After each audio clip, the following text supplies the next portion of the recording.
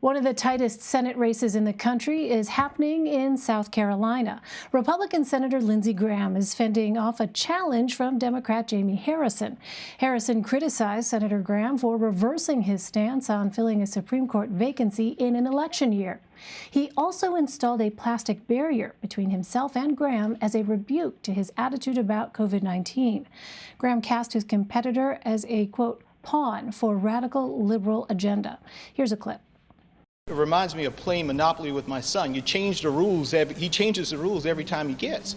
You know, Senator, you said, use my words against me. And you said it after the Kavanaugh meetings, not before the Kavanaugh hearings, after the Kavanaugh hearings. And your words, your promise was that no judicial nominee should be considered or approved or what have you in the last year of an election. And you even named President Trump when you said it. And so this is my thing. You know, my grandfather always taught me, he said, Jamie, a man is only as good as his word.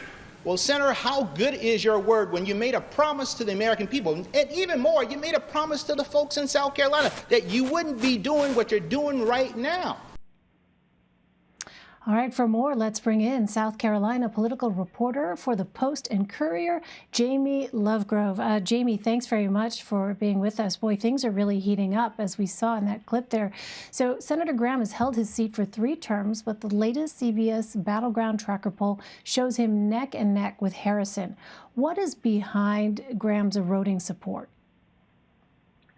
You know, this has been a remarkably competitive race. Jaime Harrison has raised millions and millions of dollars, way more than any candidate in either party has ever raised in South Carolina. And that's allowed him to be on the air, on the TV airwaves in South Carolina since as early as February and March. He's been able to introduce himself to voters. He was the former South Carolina Democratic Party chairman, but a lot of folks did not know who he was going into this election. But because he was able to get on the air so early, he was able to build a positive message around himself. And Senator Graham didn't go on the air until much later.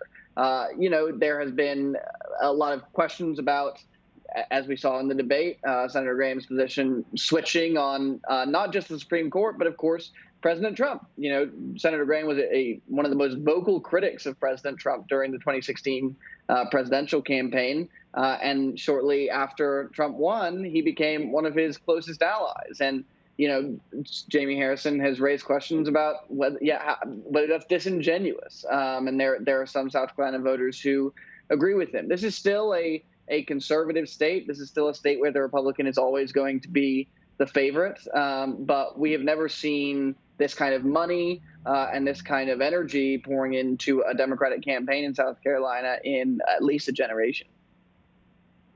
It's interesting, Jaime, you mentioned this evolution of Senator Graham's relationship with President Trump, sort of playing into or factoring into all of this. So the latest CBS Battleground Tracker poll shows President Trump with a 10-point lead over Joe Biden in South Carolina. Why do you think President Trump is doing so well, but Senator Graham isn't? Well, you know, first of all, that goes to show, as I was saying, that, you know, fundamentally, this is still a Republican state, and this is a state that Republicans would expect to win on a statewide level in almost every election.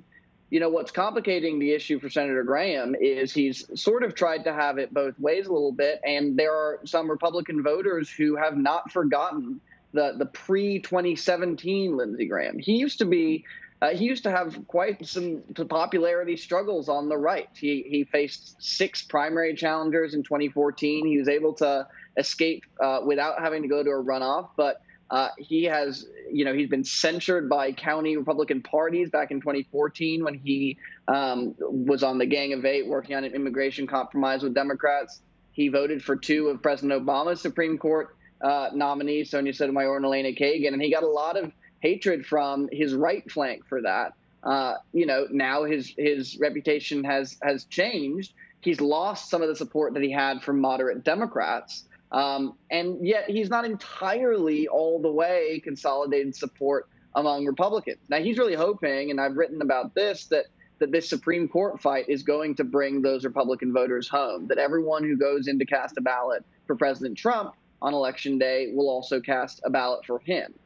He's also gotten a little bit of recent support that could be helpful from the one third-party candidate on the ballot, a guy who's running for the Constitution Party, who is called Bill Bledsoe. He actually endorsed Senator Graham last week and dropped out of the race. But the thing is, he can't really drop out of the race at this point because the ballots have been printed. He will be on the ballot. And there's still a concern that he could pull away some conservative voters from Senator Graham. So, he has certainly become much more popular among conservatives and Republicans over the last 3 years because of his relationship with Trump.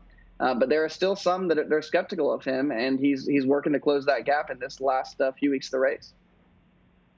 It'll be interesting to see what effect the Supreme Court confirmation process for Amy Coney Barrett does with respect to those conservatives that you say are perhaps a little skeptical, because we certainly saw from Senator Graham when it came to Brett Kavanaugh, he was one of the most vocal, most forceful supporters of Brett Kavanaugh during that confirmation process. Finally, Jamie, Senator Graham and Jaime Harrison will debate 2 more times before Election Day. What do voters want to hear from both candidates? Yeah, and I'll be moderating one of those, the last one on October 21st, or we'll see if it's on October 21st. There's still some questions because of the fact of Senator Graham's schedule in the Senate working to confirm her. We covered a lot of ground on Saturday. It was a good debate in terms of the issues. Right now, these 2 candidates are really running quite different races in terms of just the issues they think are the most important.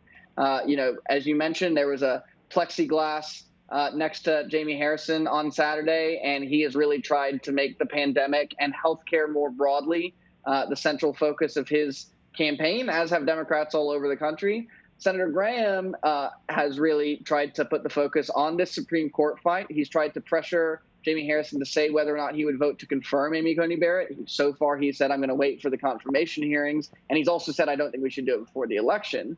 He's also tried to make it, a lot about law and order. We've seen this from President Trump as well, trying to make the presidential race a response to some of the riots and violence that we saw in some cities around the country over the summer. So the question is going to be, which of those 2 issues voters care more about. Jaime is hopeful that if they care more about the pandemic, they care more about health care, then he's got a good shot. But if law and order, if the Supreme Court becomes the predominating issue in a lot of voters' minds, Senator Graham may win his 4th term.